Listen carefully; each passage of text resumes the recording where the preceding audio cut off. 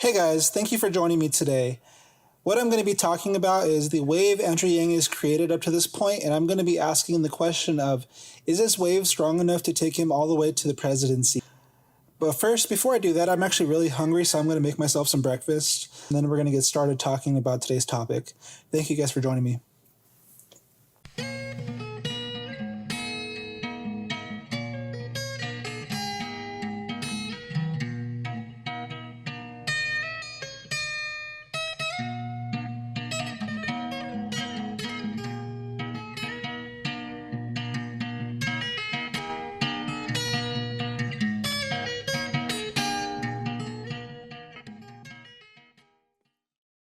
Hey guys, welcome back to my channel and thank you guys for joining me today. First, if you're new here, after you've watched this video and if you like what you see and if you like my content, feel free to hit subscribe and be sure to hit the bell icon down below to make sure you get notified of my future releases. I'll be releasing videos about 3 times a week. Thank you guys for joining me today. All right, let's get started. As we've all seen, Andrew has recently missed the January debates, and due to this is going to actually be a decline in coverage. And at this point, there's going to be a certain mindset between some people anyway, where they believe that the only candidates on that stage are the only viable candidates. So at this point, of course, between now and when voting starts, a lot can change. Like, I'll get into that in the video. But really what I want to look at is the wave that he's created up to this point with a lot of the moves he's made and a lot of the appearances he's been on, is it big enough to ride him through the primaries? Let's find out today. Thank you guys for joining me. This is Matt's Forward Politics. All right, what I want to do is kind of create a timeline. It's not going to be exactly accurate, but this is basically how I see it. The first bit of momentum that Andrew gained was when he first released his book. When he released his book, this book set his path to the presidency. This explained the reason why he wants to run for president. It provides the data needed to anyone that's actually curious and wants to dive into the data. It's all provided in his book. So this actually is the first ripple that started the wave that he is experiencing today. After that, the next part was when he was on Joe Rogan. This Joe Rogan experience escalated him to be where he's at today, in my belief. Without that Joe Rogan podcast, he would still be where Marianne Williamson is, because the media doesn't really care for these types of people, and they won't give him any coverage. Even up to this point where he's made $16.5 million, they still don't give him the coverage. The only coverage they give him is saying, hey, oh, you made 16.5 mil, great. Trump made 42 million. This bump from the Joe Rogan podcast led Andrew Yang to then be on other podcasts like the H3 podcast and the Ben Shapiro podcast with his Sunday special. And this overall has given him a lot of coverage from a bunch of various sources. And basically, he's made his rounds with all the conservative podcasts. And of course, he's been on Fox News several times, and he's made his waves through all of the basically media sources. All of these little things have escalated him to new heights every single time. The next point I want to bring up with the rise of Andrew Yang has been the debates, specifically the October debate and then the December debate. The reason why I point out the October debate in particular is because it was held by CNN, and they actually asked questions that the Yang gang kind of pushed at them, and this gave Andrew Yang a lot of positive coverage, and it helped him put his agenda out there more clearly and coherently for people that weren't quite tuned into his campaign. And then you have the December debate, which unfortunately it wasn't really necessarily the debate itself that I believe escalated him the most. It was the fact that time and time again, every single debate, he has gotten the least amount of coverage. And the fact that this was taken note of specifically at the December debate really shifted the focus from the media to the DNC, I believe. This is all helping him gain momentum. And another point that I want to bring up is in regards to the November debate. The reason why I didn't include it as part of the October and December debates is because this is its own machine. What happened at the November debates escalated him because he was the first candidate to call out the media blackout that he was experiencing personally, and he was very loud and vocal about it. This war that he started with MSNBC, although unfortunately he wasn't able to see it through to the end, it did escalate him. It did give him more notoriety among certain people, especially those that are disenfranchised with the system and those that are looking another direction other than the mainstream media.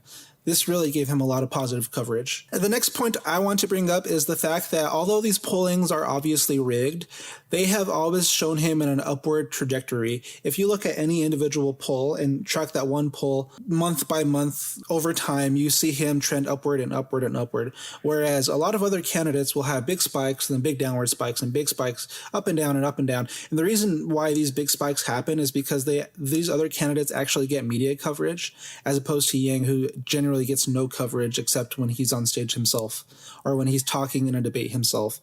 So when you look at it from this angle, you might realize that his upward trajectory is because he generally sounds better as time goes on to more people. As time goes on, he just is the candidate that people tend to stick with. As Yang himself has pointed out recently, the undecided category has actually gone up recently, and I believe that's because people are not really comfortable with the candidates that the mainstream media is pushing.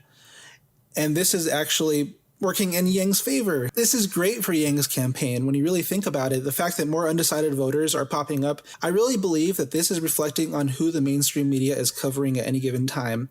And we're at a point where election season is almost here, and people have decided that all of the candidates they're covering are not viable. So this is an indication that people are considering Andrew Yang, actually. That's a really good point that Yang has brought up. The next point I want to go over is in regards to the polling. So we just talked about polling, and I want to point out that polling generally does not change whenever a celebrity endorses a candidate. And what does this mean? Like, you would think that if a big celebrity endorses a certain candidate, that the polling might show an increase because of that celebrity endorsement.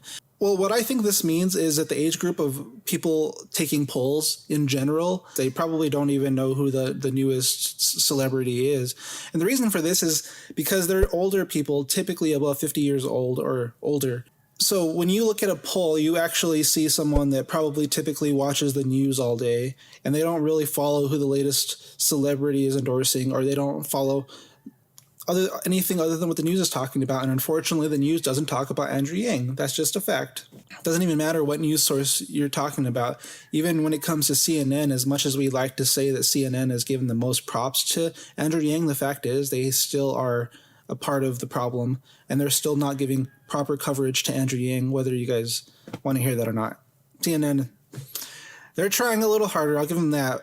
Maybe to save face, but they're not really giving him the coverage that he deserves. Although the polling does not reflect celebrity endorsements, I want to state that the celebrity endorsements actually do have a positive effect on Yang's campaign in general. The reason why I say that a celebrity endorsement actually does matter is because a lot of people connect with celebrities, especially musicians in particular, and he's gotten a lot of musician endorsements in particular. And when your favorite artist who you connect with and whom you actually might trust their opinions and their thoughts because, you know, they give you some really deep insight and their music's really intricate and it really makes you connected with them. This connection right here has a major impact, especially on younger people. So I think that Yang's support is a lot higher than anyone realizes at this point. All right, I want to pause for just a moment, and I want to thank you guys for stopping by. If you guys are enjoying this content, please remember to subscribe, and don't forget to hit the bell down below to make sure you're notified of my future content releases. And also, I want to thank my sponsors. No, I'm just kidding. I don't have any sponsors. But I do want to thank the 150 subscribers I have. Guys, really thank you. It means a lot to me. This is on my way to 1,000, so thank you guys. All right, let's get back to it. In my opinion, these are all the major points that have created the wave that is Andrew Yang up to this point. Now, I want to talk about some of the negatives, some of the detriments that have hindered his wave, so that we can get a realistic point of view of where we're currently at in the election cycle. The first negative is, I've kind of talked about it throughout this video, is the Yang media blackout. Unfortunately, this is a real thing, and over time, you know, I kind of wish we had called it out sooner, but we didn't really know the way it was trending in until we're at this point where he's raised $16.5 million and they're still giving him the same coverage as someone who raised nothing. It's very despicable. But again, unfortunately, I guess there's not much we could have done. We've pretty much done all we can do in this front. But the Yang media blackout has been his biggest hindrance. If he were where Donald Trump was, where he was getting free media coverage, he would be first place without a doubt. I don't even think another candidate would be polling if he was properly covered. That's the honest truth. You might think that's a bit exaggerated, but come on. Joe Biden is awful. And then you have Elizabeth Warren, who, Really, the Democrats don't want to talk about it, but the fact is Elizabeth Warren tried to be a Native American. At the time that it happened, I think it was 1996 or 99, I think it was Harvard University was looking to get more diverse. And the way they were doing this was that they were going to kick out certain professors to have professors, despite whether they even have degrees or not, get into the university. And they actually did do this. And Elizabeth Warren secured her position by stating that she was a Native American and that she was part of the diversity. This really was very disingenuous, and she wants to brush it off like it was nothing. But this was a major deal. And then let's not forget about creepy Joe Biden. They want to call him Sleepy Joe right now, but the truth is he's creepy Joe. The way he has handled himself publicly in the past with any amount of power is absolutely disgusting. These other candidates do not have a chance against Donald Trump. And I don't even want to get into it with you Bernie bros and Bernie Sanders. No offense. No Republican and majority of independents are not for Bernie Sanders. He might make it past the Democratic nomination, but he's not going to make it past Donald Trump. Sorry, guys. The second detrimental thing I want to bring up in regards to his wave is his battle with MSNBC. I did bring it up as a positive because it is a positive. And honestly, this kind of balances out to be neutral in my opinion. But the negative comes where he went back on the network after not meeting his demands. I just feel like he really shouldn't have made those demands unless he would have been able to see him through to the end. Unfortunately, he wasn't able to, but that's neither here nor there. That's just unfortunately one of the negatives that's hit his campaign. Quite honestly, I think that's one of the only negatives that was more in his control than some of the other ones I'm about to bring up. The next negative I want to bring up is that unfortunately the DNC has proven to be against him. With all the talk that the DNC wants to pick the best candidate against Donald Trump, they have completely ignored Andrew Yang. They have completely ignored the fact that Trump is obviously afraid of Andrew Yang. They have completely ignored the fact that Andrew Yang has the best argument against Trump, that he is clearly the one that would overcome anything that Trump has to say, basically. When I first thought about Andrew Yang, whether he was viable or not, the biggest argument that comes to my mind is the fact that he is actually a regular citizen like us. He's not a politician. He's not a billionaire businessman. He's more like a normal human being, like a normal citizen, like one of us. And if Donald Trump were to attack this person, he's attacking us.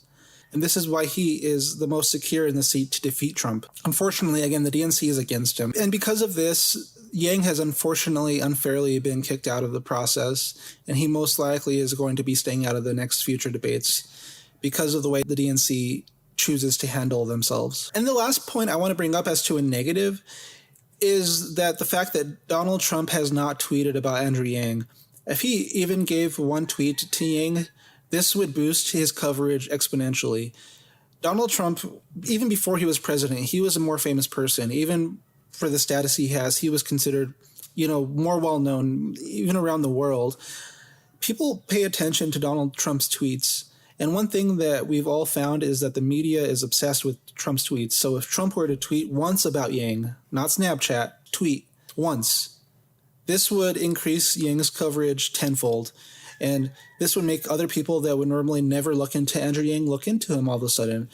However, strategically, I believe Donald Trump has not done this, and it's really unfortunate. This is, in my opinion, Andrew Yang's biggest obstacle is just getting him some coverage from Donald Trump. And again, that Snapchat was great, but it only really resonated within the Yang gang. It didn't go really much past that. All right, guys, I know this is one of my longer videos, but thank you guys for staying tuned and listening to what I have to say.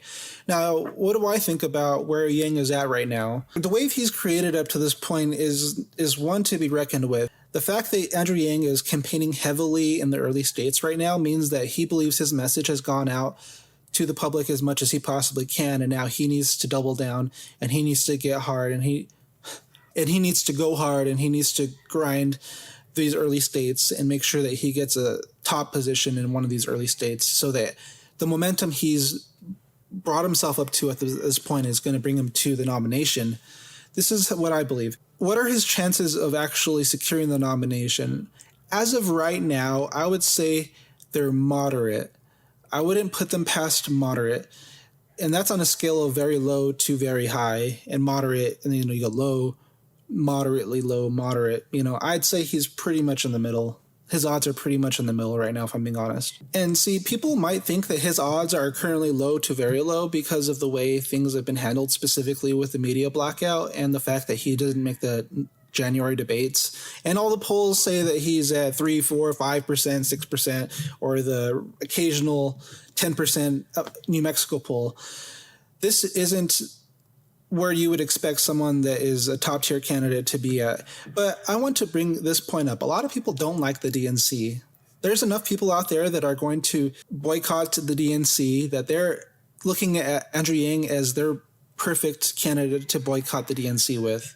Not only that, there's a big group of people that ignore phone calls altogether. And when they receive a poll, if it's going to take longer than 5 minutes, they hang right up and they won't even respond to it or give them their time. Well, these people at the same time will come out to vote on the day of voting, and they actually have their candidate in mind that they're choosing for them. And a lot of these people know that these pollings and pollsters are very corrupt, so they won't even bother wasting their time. Another point I want to bring up is that Republicans will vote Andrew Yang, so don't forget about that. This isn't represented in any of the data, but Republicans will vote for Andrew Yang come day of primary. I already know of a lot of people personally that were Republican that are changing their status to Democrat just to vote. And if you haven't done it yet and you lived in a closed primary state, I think you should do the same. And the last point I want to bring up is that I think at this point, the less people that drop out, the better it is going to be for Yang. More candidates on the field, the more people will feel kind of flustered and kind of confused about who they want to choose.